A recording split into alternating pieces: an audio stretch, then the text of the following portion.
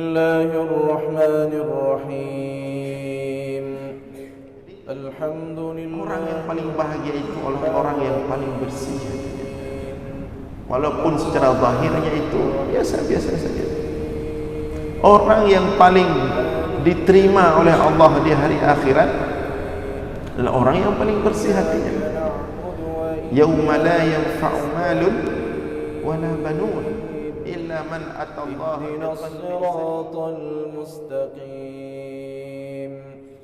Siratal ladzina an'amta 'alaihim ghairil maghdubi. Assalamualaikum warahmatullahi wabarakatuh. Alhamdulillahil wahidil ahad al-fardis samad alladzi lam yalid wa lam yulad wa lam yakul lahu kufuwan ahad. الذي ليس كمثله شيء وهو السميع البصير. اللهم صل وسلم وبارك على سيدنا ومولانا محمد الذي دعا الناس وأرشدهم إلى توحيد رب العباد. اللهم وعلى آله وصحبه أجمعين. أما بعد. Puji beserta syukur senantiasa selalu kita persembahkan kepada Allah Subhanahu wa taala, Tuhan yang esa pada zatnya, yang esa pada setiap sifat-sifatnya, yang esa pada setiap af'alnya. Tidak ada satupun makhluk yang serupa dengannya dalam bentuk apapun. Selawat beriringkan salam juga kita sampaikan kepada baginda Rasulullah sallallahu alaihi wasallam, kepada seluruh keluarga dan sahabat-sahabatnya sekalian. Hadirin jamaah sekalian beserta para pendengar dimanapun berada yang dimuliakan Allah, kembali kita dalam ulasan singkat tentang ilmu tauhid, masih dengan hikmah Ibnu Athaillah As-Sakandari dalam kitabnya Al-Hikam. Pada subuh ini kita akan membacakan hikmah yang ke-32. Hikmah yang ke-32. Qala al-musannifu wa syarihu rahimahullah, tashawufuka ila ma batana fika min al-uyubi khairun min tashawufika ila ma hujiba anka min al-ghuyubi. Tashawufuka ila ma batana fika min al-uyubi khairun min tashawufika ila ma hujiba anka min al-uyubi. Tashawufuka ila ma batana fika min al-uyub, perhatianmu, pencarianmu terhadap apa yang tersembunyi pada dirimu berupa aib-aib, kekurangan-kekurangan atau penyakit-penyakit, khairun, itu lebih baik, min tashawufika ila ma hujiba anka minal ghuyub, daripada perhatianmu atau pencarianmu terhadap apa yang ditutup darimu, minal ghuyub, daripada perkara gaib. Ya. Jadi di sini ada dua model orang, atau ada dua model orang. Yang pertama, ada orang sibuk dengan aib dirinya, sibuk dengan penyakit-penyakit dirinya yang tersembunyi dalam dirinya, penyakit hati. Ada model kedua, sibuk dengan perkara-perkara gaib, perkara-perkara sesuatu yang gaib, tentang kewalian, tentang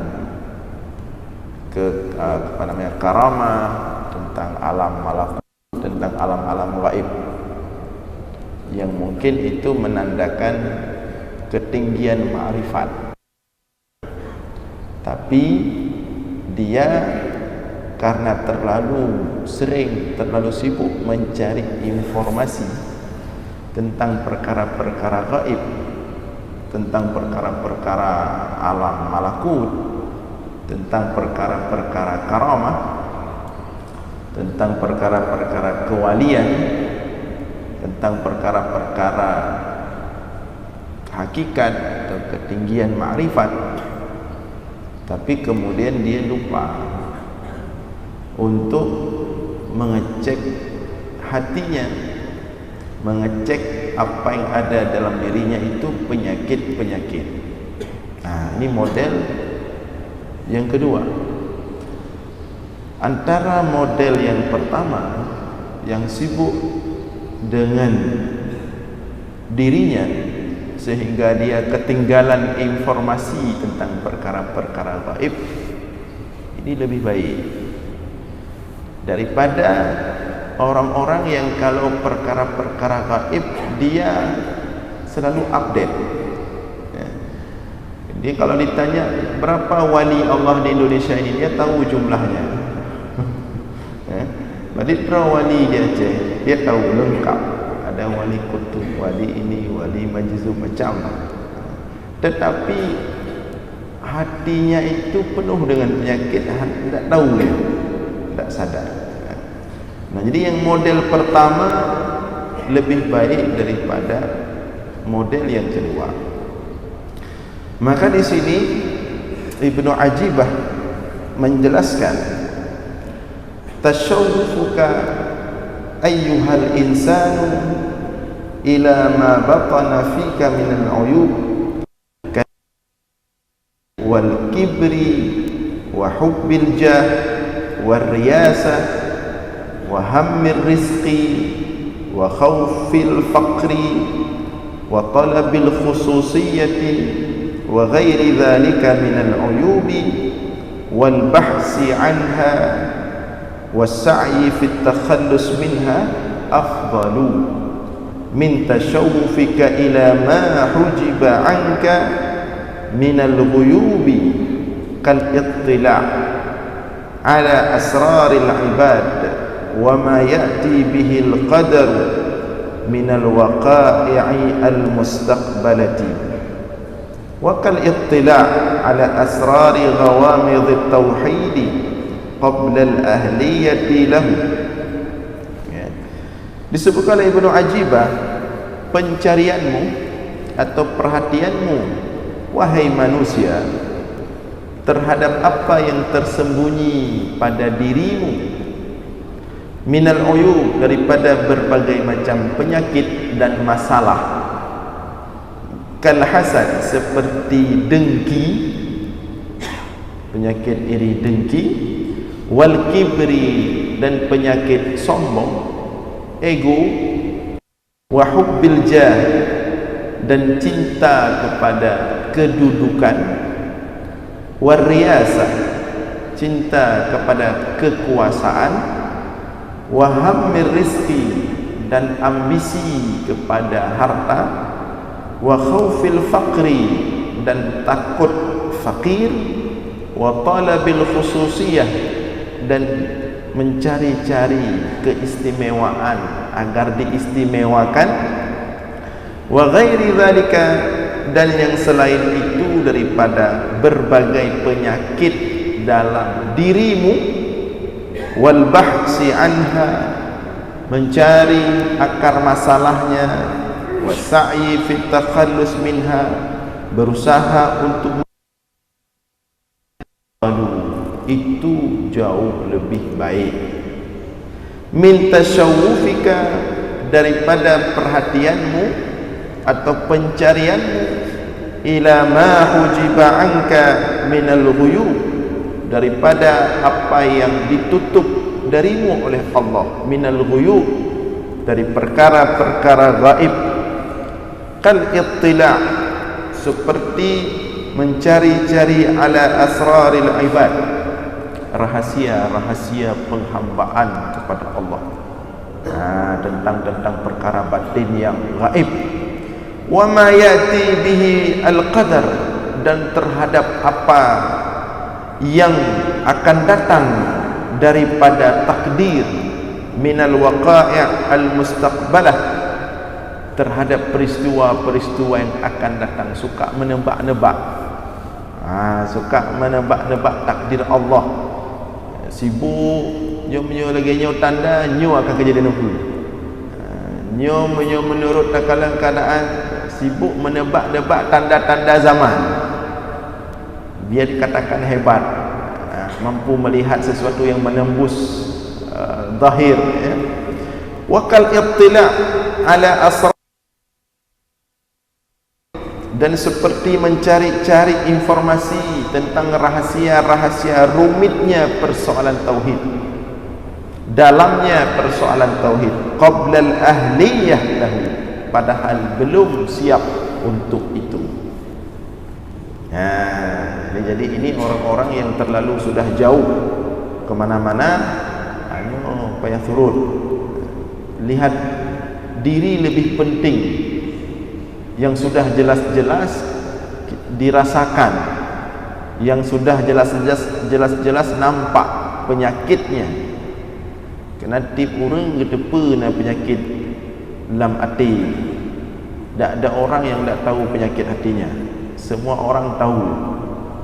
Orang tinggi ego, tak ada orang tinggi ego tak tahu dia ada ego itu. Orang sombong gedepe draw ketemu. Setiap kita itu tahu penyakit hati kita. Suka diistimewakan, tahu. Kita orang-orang yang seperti itu sadar dirinya itu punya masalah itu. Yang gejak beri peraya diistimewakan menyohana hana nyaman. Atau hang gejak ni tajak kena hana itu lagi. Tahu, orang-orang yang punya penyakit itu tahu dia. Maka itu lebih penting untuk dibereskan daripada sibuk terlalu jauh menjangkau hal-hal yang sebenarnya tidak dibuka oleh Allah. Seperti orang suka sekali membahas tanda-tanda kiamat yang berlebihan, lehoho kan, ya, dipasang ke sana, dipasang ke sini, dicocokkan ke sana, dicocokkan ke sini. Sibuk orang dengan mau kiamat, sehingga orang mulai tidak semangat, berputus asa. Itu tidak lebih baik ketimbang sibuk perbaiki diri, khususnya penyakit-penyakit yang tersembunyi dalam hati. Lianna Ibnu Ajibah melanjutkan, lianna tashawufaka ila ma batana min al-uyub sababun fi hayati qalbika, wa hayatu qalbika sababun fil hayati daimati wan na'imil muqimi, wal ittila' 'ala al-ghuyub innama huwa fudulun wa qad yakun fi halakin nafsi kattisafiha bil kibri wa ru'yatil maziyah 'ala nas. Kenapa demikian? Karena perhatianmu, pencarianmu terhadap apa yang tersembunyi daripada penyakit-penyakit atau masalah-masalah hati, sababun fi hayati qalbika, adalah sebab untuk agar hatimu itu hidup. Wa hayatu qalbika, dan hidupnya hatimu, sababun, menjadi sebab, fil hayatid daimah wan na'imil muqim, untuk mendapatkan kehidupan yang sebenar-benarnya, wan na'imil muqim, dan nikmat yang berkekalan. Karena hakikat kebahagiaan itu kan pada bersihnya hati. Orang paling bahagia dalam dunianya orang paling belah hati. Walaupun kita lihat dari zahirnya dia biasa saja, tapi itulah paling bahagia.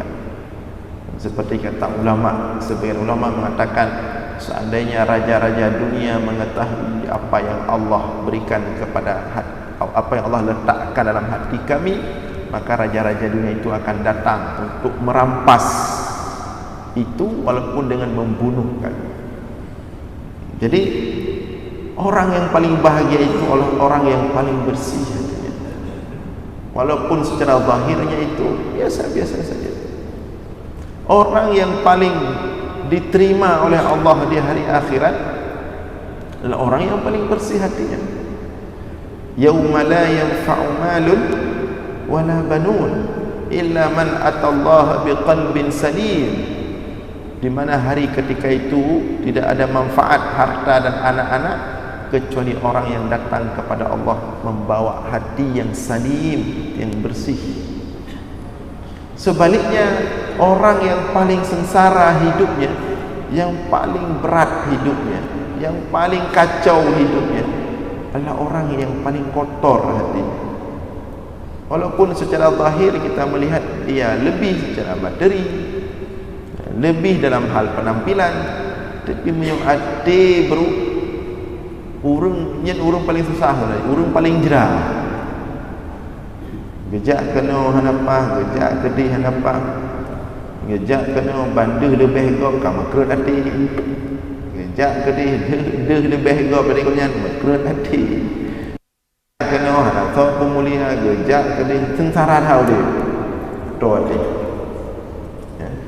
Gob mandum hanapa yang pahandro kata kira itu orang-orang paling sengsara hidupnya.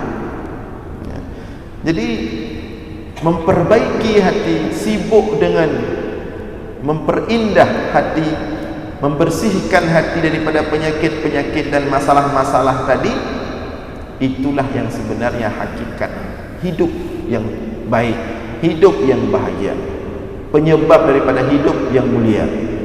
Sebaliknya, wal ittila' 'alal ghuyub innama huwa fudul.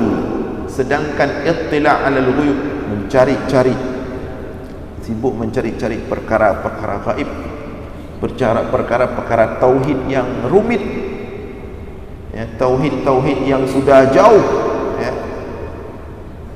Innama huwa fudul, itu hanya satu barang lebih saja, tidak harus. Coba menyuruh depa lebih, menyuhana depa ada masalah cip. Tetapi masalahnya waqad yakunu sababan fi halakin nas. Terkadang pencarian, pendalaman tentang kedalaman hakikat, kedalaman makrifat, tentang perkara-perkara alam malakut, tentang perkara-perkara gaib tadi, karamah, kewalian, sababan fi halakin nafsi. Terkadang dia menjadi justru penyebab hancurnya seseorang. Kenapa demikian? Kattisafiha bil kibri, karena dia berpotensi orang yang mengetahui tersebut merasa sombong, lebih depa. Kerana orang punya katruk bak hakikat kenurungan. Jak tanya yang mentang syariat dia pegah abang urungan pe orang dron hana bo kamu lebih bo. Jadi apa nama pencarian seseorang kepada hal-hal tersebut, pendalaman seseorang hal-hal tersebut yang sudah berlebihan, berpotensi menghancurkan orang tersebut, karena dia akan menganggap dirinya lebih tahu, dia akan menganggap dirinya lebih punya informasi lebih, menganggap dirinya sudah level-level hakikat, level-level makrifat. Sedangkan kita-kita yang masih di bawah-bawah ini mereka anggap syariat, sehingga sering timbul anggapan pada mereka itu mereka di atas umumnya manusia. Orang-orang lain mereka anggap awam, manteng zahir, hanatruk lah. Sedangkan diri mereka itu mereka anggap sudah sampai, sudah jauh, sudah martabah tinggi. Kemudian timbullah perbedaan sikap dalam berinteraksi. Anak tak mengenali dengan karena tanya orang syariat, orang lahir, orangnya orang kah beda level. Kata Ibnu Ajibah, justru mengetahui hal-hal tersebut, suka mencari-cari hal-hal tersebut menjadi sebab fi halakin nafs, hancurnya seseorang. Katisafiha bil kibri, seperti dia akan menganggap dirinya lebih, menjadi sombong. Wa ru'yatil maziyah 'alan nas, dia melihat dirinya lebih daripada umumnya manusia. Sayati li syekh, dan akan datang penjelasan syekh. Apa penjelasannya? Man ittala'a ala asraril ibad wa lam yatakhallaq birrahmatil ilahiyah kana wa sababan yajurrul wabal ilaihi. Barang siapa yang mendalami rahasia-rahasia penghambaan kepada Allah, walam yatakhallaq birrahmatil ilahiyah, sedangkan dia tidak berakhlak dengan akhlak rahmat ketuhanan, cinta Allah. Kita sudah mengatakan bahwa orang yang cinta kepada Allah dengan sebenar-benar cinta, pasti dia akan mencintai seluruh makhluk Allah. Kalau orang menyatakan dirinya cinta kepada Allah tapi tidak mencintai makhluk Allah, itu cinta palsu. Bagaimana mungkin dia berani mengatakan dirinya mencintai Allah sedangkan dia tidak mencintai makhluk Allah, padahal Allah sangat mencintai seluruh makhluknya? Ini kan tidak mungkin. Seperti kita mengatakan kita sangat suka kepada seseorang, sangat memuliakan seseorang, tapi kita tidak menghormati dia. Orang itu punya anak, tapi anaknya tidak kita cintai. Kan itu tidak masuk akal. Kita cinta, suka dengan guru kita, tapi anak guru kita tidak kita muliakan, tidak kita sukai. Bagaimana mungkin kita mengatakan cinta kepada Allah sedangkan kita tidak cinta kepada makhluk Allah, padahal Allah sangat cinta kepada makhluknya dengan sifatnya, dengan namanya Ar-Rahman Ar-Rahim. Jadi man ittala'a ala asraril ibad wa lam yatakhallaq birrahmatil ilahiyah, barang siapa yang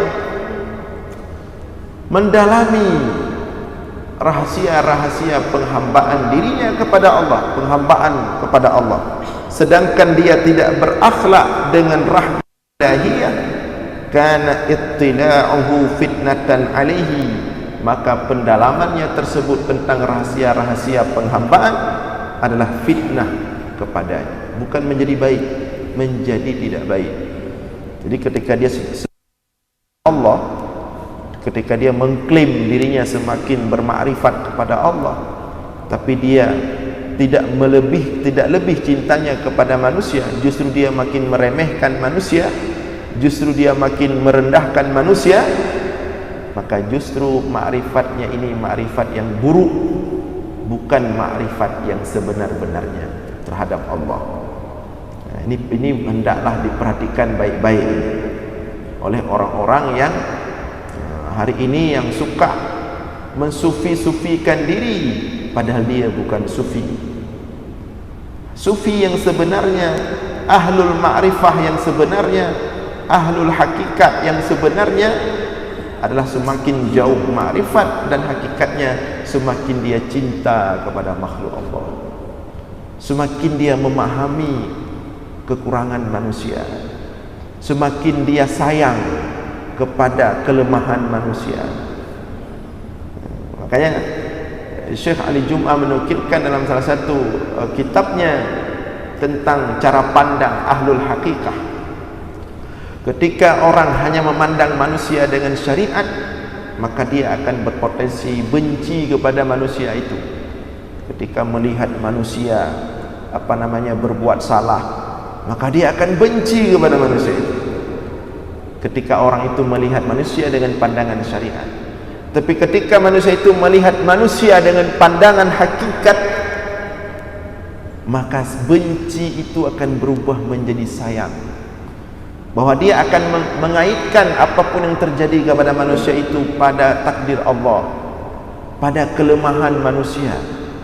pada kekurangan manusia, sehingga dia lebih memahami setiap kesalahan, kekurangan yang dilakukan oleh manusia. Jadi semakin orang bermakrifat kepada Allah, semakin dia juga bermakrifat mengenal hakikat manusia. Itu baru betul-betul makrifat kepada Allah. Nah, ini yang dimaksudkan Syekh Ibnu Athaillah As-Sakandari nanti pada hikmah-hikmah berikutnya. Jadi tidak benar kalau orang menyatakan diri bermakrifat semakin mengenal Allah, mengenal apa bermakrifat kepada Allah, tapi dia kurang makrifatnya kepada hakikat sesama manusia. Rasulullah mengatakan, man lam yashkurin nas lam yashkurillah. Orang yang tidak bisa berterima kasih kepada sesama manusia, orang yang tidak bisa berbuat baik sesama manusia, orang yang tidak bisa menyayangi, mencintai sesama manusia, tidak usah ngomong mencintai Allah. Man lam yashkurin nas lam yashkurillah. Kalau dengan manusia dia tidak bisa berbagi kasih sayang, tidak bisa berbagi kebaikan, dengan Allah lebih-lebih dia tidak bisa melakukan itu. Man lam yashkurin nas lam yashkurillah. Orang yang tidak bisa berterima kasih kepada sesama manusia, dia tidak bisa berterima kasih kepada Allah. Jadi kira-kira kalau ada orang yang sok-sok dekat sekali dengan Allah, merasa sudah makrifatnya, tapi dengan sesama manusia berantakan, bermasalah, kira-kira Allah akan ngomong kepada orang seperti itu, kamu perbaiki dulu persoalanmu dengan manusia, baru kamu datang kepadaku. Jadi mencari-cari perkara-perkara yang jauh, yang gaib, tentang ketuhanan, tentang ilahiyah, tentang alam malakut, ya, itu tidak lebih baik. Justru yang lebih baik adalah memperbaiki diri, mencari dan mendalami penyakit yang ada sembunyi, kemudian memperbaikinya. Itu jauh lebih baik. Nah, inilah yang disebutkan oleh para ulama, al-istiqamatu khairun minal karamah. Saya ulangi, al-istiqamatu khairun minal karamah. Istiqamah itu dalam beribadah, mensucikan diri, jauh lebih baik minal karamah, daripada karamah. Karamah itu keramat. Orang enggak minta keramat, ibadah untuk minta keramat, untuk minta kelebihan. Nah, itu tidak bagus. Bahkan dalam dunia sufi, salah satu nafsu itu nafsu karamat. Ada orang dia khusus mengamalkan sesuatu ibadah, mengamalkan wirid tertentu, ibadah tertentu untuk mendapatkan keramat. Itu nafsu bagi orang sufi itu. Kan enggak, itu nafsu. Berarti dia beribadah kepada Allah bukan karena Allah, tapi untuk mendapatkan kelebihan dirinya, agar mendapatkan apa tadi? Keramat. Orang ibadat, mengamalkan amalan tertentu untuk mendapatkan keramat, itu nafsu bagi orang sufi. Bukan itu yang mereka cari, ya. Makanya ulama mengatakan karamah itu tidak diketahui oleh pemiliknya. Kalau karamah itu disadari oleh pemiliknya dan dia merasakan dirinya karamat, itu bukan keramat. Jadi keramatnya bukan keramat roh. Ketika orang mengatakan dirinya keramat, merasakan dirinya keramat, justru nyenkeun keramat. Orang yang betul-betul karamah itu yang tidak menyadari bahwa Allah telah berikan dirinya karamah. Kenapa dia tidak menyadarinya? Karena memang bukan itu yang dia cari. Yang dia cari Allah.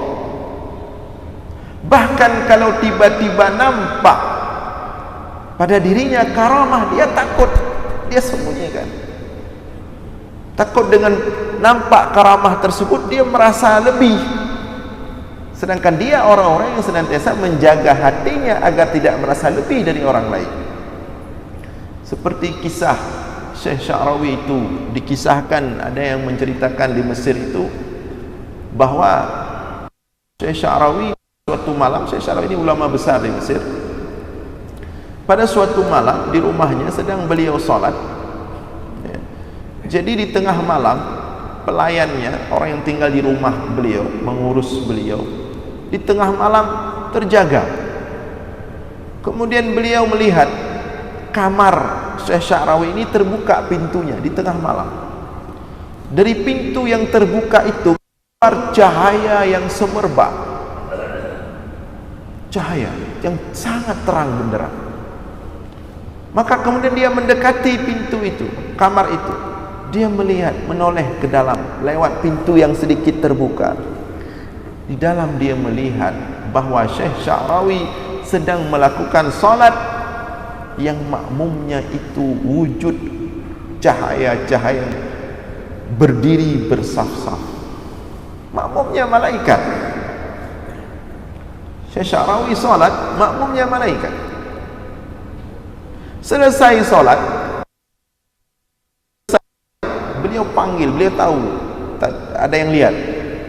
Beliau panggil pelayannya itu. Beliau katakan kepada pelayannya, "Aku sampaikan kepadamu, jangan sampai informasi ini sampai kepada siapapun kecuali setelah aku mati." Nyobekna truk info yang malamnya bak mesti draw orang pi. Kecuali leh mati nu ting baru je berah. Nyo mantang udip lo pe yang nekalan bunuh nyah je pegah mesti draw orang. Itu karamah. Itulah hakikat karamah. Mereka karamah itu bukan dicari. Yang mereka cari Allah. Tapi karamah itu diberikan oleh Allah karena yang dia cari Allah. Makanya Syekh Sya'rawi bukan hanya sekali, sering seperti itu. Beliau mengisi kajian di Masjid Al-Azhar. Bapak Ibu boleh melihat kajian beliau itu di YouTube. Setiap beliau isi kajian itu jamaahnya itu ribuan, membludak jamaah. Ya. Jadi orang sangat cinta kepada beliau. Hingga pada suatu hari setelah beliau mengisi pengajian, beliau keluar masjid, mobil beliau sudah menunggu di pintu masjid, di dalam perkarangan masjid, di pintu masjid. Ketika beliau masuk mobil itu, saking cintanya masyarakat kepada beliau, mobil itu diangkat rame-rame, ditandu. Ya. Kan tandu kaya motor tandu. Mobil itu diangkat rame-rame saking cintanya, ditaruh, dikeluarkan di pagar di luar di gerbang masjid, ditaruh di luar masjid, diangkat rame-rame saking cintanya umat kepada beliau. Itulah karamah. Tapi ketika beliau melihat karamah itu, kemuliaan yang sudah tinggi sekali itu, besoknya beliau balik. Bagaimana cara beliau balik besok? Beliau balik beli sapu satu, super pel satu, beli ember satu, pakai baju compang-camping, tutup wajah, balik ke Masjid Al-Azhar, masuk WC, bersihkan WC, membersihkan WC sendiri dari pagi sampai sore. Dia melawan karamah itu. Dia takut, dia lebih takut hatinya bermasalah karamah itu. Berbeda dengan orang-orang yang hari ini bersufi tanpa ilmu. Justru mereka mengorbankan hatinya bermasalah demi mendapatkan karamah. Bak minta-minta je, bak minta-minta tupa tanda langit, tandanya, tanda aje lai pupa dah mati kuto jojo. Gok panayu menjojo. Ya. Jadi di sini Ibnu Athaillah As-Sakandari mengingatkan, beliau sebagai salah seorang imam besar dalam dunia tasawuf, beliau ingatkan kita-kita yang suka tadi mencari-cari sesuatu yang gaib, yang hati-hati. Apa yang ada dalam diri kita lebih penting untuk diperhatikan ketimbang mencari-cari tahu sesuatu yang ditutup oleh Allah, yang tidak perlu, tidak penting sebenarnya untuk kita ketahui. Nah, hadirin sekalian yang dimuliakan oleh Allah, itulah kira-kira maksud daripada Ibnu Athaillah As-Sakandari dalam hikmahnya ini. Mudah-mudahan ada manfaat. Mohon maaf atas segala kekurangan.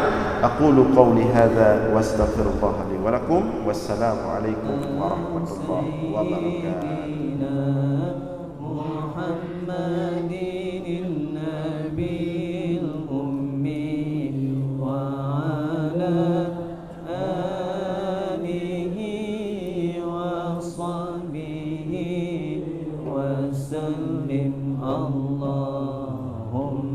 اللهم صل على سيدنا محمد النبي الأمي وعلى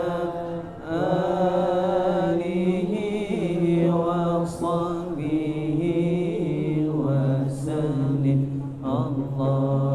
اللهم صل على سيدنا محمد النبي الأمي وعلى آله وصحبه وسلم. أعوذ من الشيطان الرجيم. بسم الله الرحمن الرحيم. الحمد لله رب العالمين.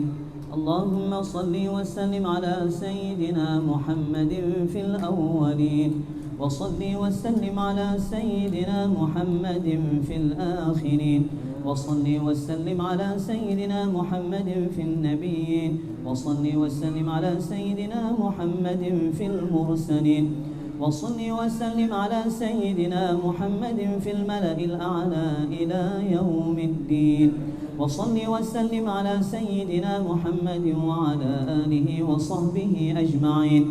ولقد أشرت لنعت من أوصافه تحيي القلوب تهيج الأشجان، والله قد أثنى عليه فما يساوي القول منا أو يكون ثنانا، لكن حبا في السرائر قد دعا لمديح صفوة ربنا وحدانا. وإذ امتزجنا بالمودة ها هنا نرفع أيدي فخرنا ورجانا، للواحد الأحد العلي إلهنا متوسلين بمن إليه دعانا، مختاره وحبيبه وصفيه زين الوجود به الإله حبانا. يا ربنا يا ربنا يا ربنا بالمصطفى اقبلنا أجب دعوانا.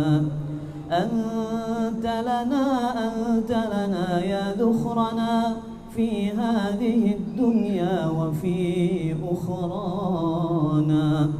أصلح لنا الأحوال واغفر ذنبنا ولا تؤاخذ رب إن أخطانا، واسلك بنا في نهج طه المصطفى ثبت على قدم الحبيب خطانا.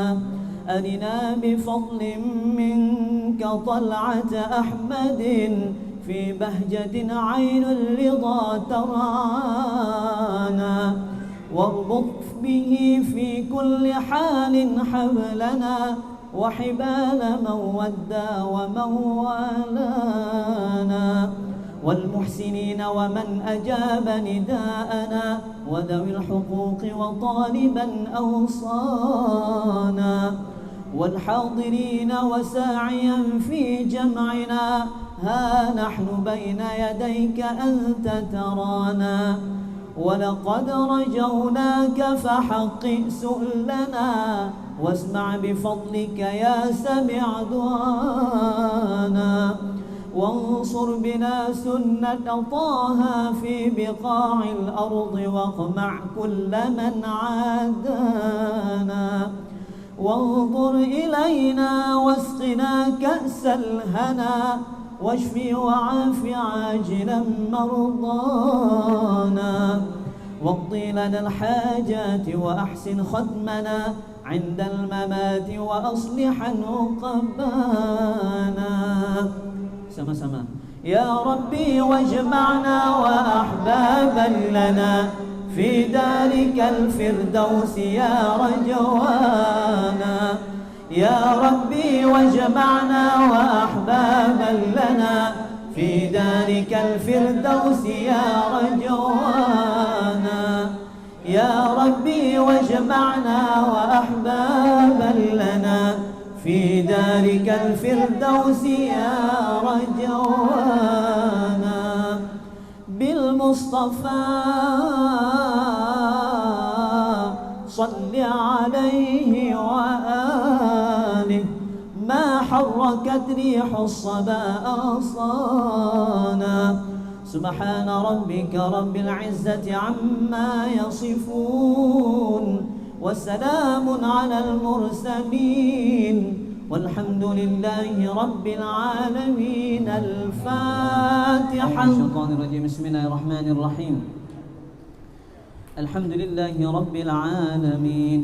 اللهم صل وسلم على سيدنا محمد في الأولين وصل وسلم على سيدنا محمد في الآخرين وصل وسلم على سيدنا محمد في النبيين وصل وسلم على سيدنا محمد في المرسلين وصل وسلم على سيدنا محمد في الملأ الأعلى إلى يوم الدين وصل وسلم على سيدنا محمد وعلى آله وصحبه أجمعين.